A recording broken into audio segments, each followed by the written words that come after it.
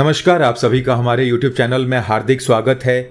महान भारतीयों के ऊपर जो हमने सीरीज की शुरुआत की थी, उसी श्रृंखला में अगले वीडियो के साथ हम प्रस्तुत हैं और इसके तहत हम जिस महान शख्सियत की जीवनी पढ़ेंगे उनका नाम है अमर शहीद स्वामी श्रद्धानंद।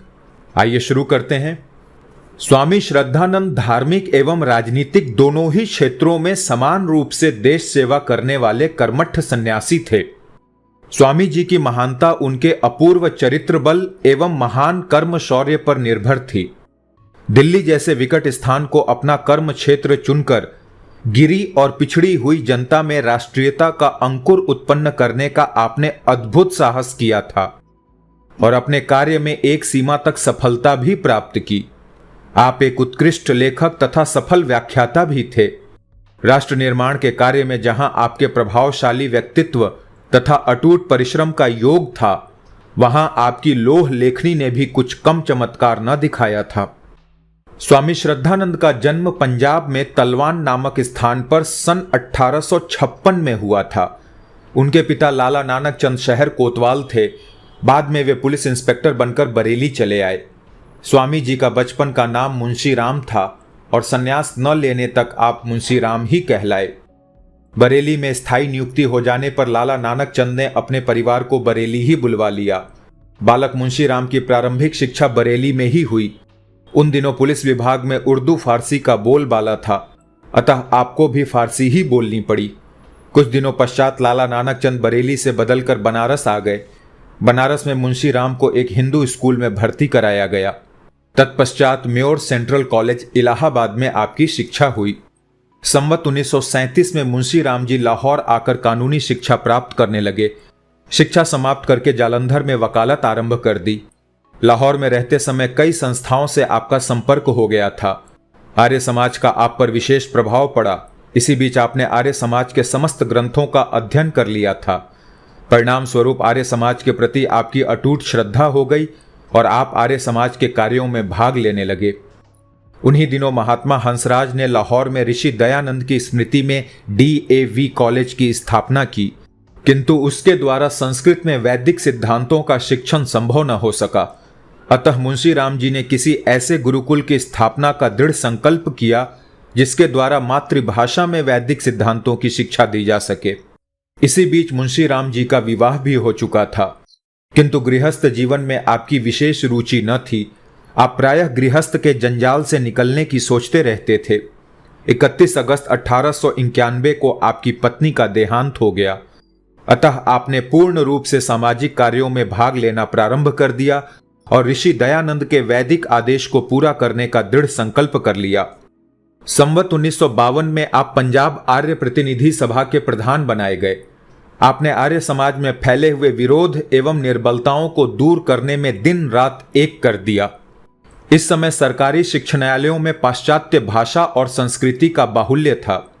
मुंशी राम जी ने देश के युवकों में विशुद्ध भारतीयता एवं राष्ट्रीयता के विचारों को उत्पन्न करने के लिए संवत 1956 में गुरुकुल कांगड़ी की स्थापना की।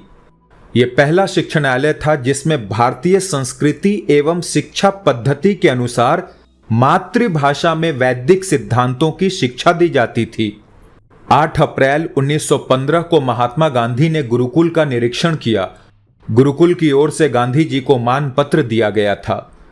मुंशी राम जी ने निरंतर 15 वर्ष तक गुरुकुल की सेवा की और 1917 में संन्यास लेकर स्वामी श्रद्धानंद के नाम से प्रख्यात हुए। इसके अतिरिक्त सार्वजनिक जीवन के विभिन्न क्षेत्रों में स्वामी जी की सेवाएं अमूल्य हैं। देशोद्धार तथा जाति सुधार का कोई भी क्षेत्र ऐसा नहीं जिसमें आपने योगदान न दिया हो। राजनीति, समाज सुधार, हिंदी भाषा, अनाथ रक्षा, अकाल, बाढ़, अछूतो उद्धार आदि सभी कार्यों में आप सबसे आगे रहते थे। 1919 की राजनीतिक हलचलों में आपने सक्रियता से भाग लिया। उन दिनों अनाथ दिल्ली को केवल आप ही का सहारा था। दिल्ली में सरकारी दमन चक्र जोरों से था। कांग्रेस की ओर से जुलूस निकाले गए। जुलूस का नेतृत्व स्वयं स्वामी जी कर रहे थे। जब घंटाघर के सामने जुलूस पहुंचा तो गोरे सिपाही फायर करने के लिए तैयार खड़े थे। स्वामी जी ने आगे बढ़कर छाती खोल दी, सिपाहियों को ललकारा, लो चलाओ गोलियां। आपकी ये वीरता और साहस देखकर सिपाही अवाक रह गए।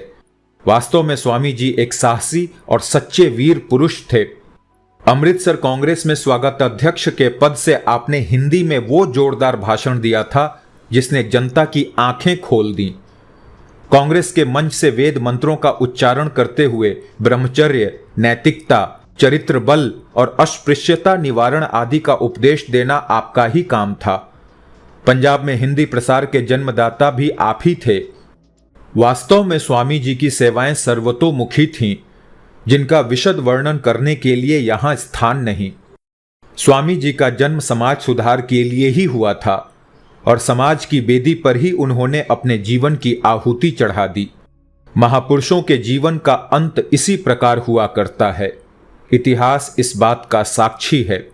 23 दिसंबर 1926 के दिन दिल्ली में आपके मकान पर अब्दुल रशीद नामक एक मुसलमान नवयुवक ने आपको गोली मार दी। ये वो मार्ग था जो संसार के प्रत्येक महापुरुष के लिए प्रशस्त किया गया है। उनके अंतिम क्षणों में भी हमें स्वामी जी की उदारता का परिचय मिलता है। जब उन्होंने अपने बधिक को ठंडा पानी पिलाकर उसकी प्यास बुझाई और अंत में उसकी प्यास बुझाने के लिए अपना रक्त तक उसे प्रदान कर दिया। स्वामी जी की मृत्यु पर देशव्यापी शोक मनाया गया और आर्य युवकों ने सजल लोचनों से आप अपने प्यारे नेता को श्रद्धांजलियां अर्पण की। धन्यवाद। इतिहास में कैसे कैसे महान विभूति हुए हैं, अगर हम उनके विषय में नहीं पढ़ेंगे तो कैसे जानेंगे। समाज धर्म ऐसे ही नहीं बचता, बहुत से लोगों को अपनी आहुति देनी पड़ती है। लेकिन आज हमारे नवयुवकों को, आज की जनरेशन को लगता है कि नहीं, सब कुछ खुद ही हो जाता है या इसकी ज़रूरत क्या है। जब ऐसी परिस्थिति आएगी तब आपको समझ में आएगा कि इन चीज़ों की ज़रूरत क्या होती है। चलिए मुलाकात होगी अगले महापुरुष के साथ। जय हिंद।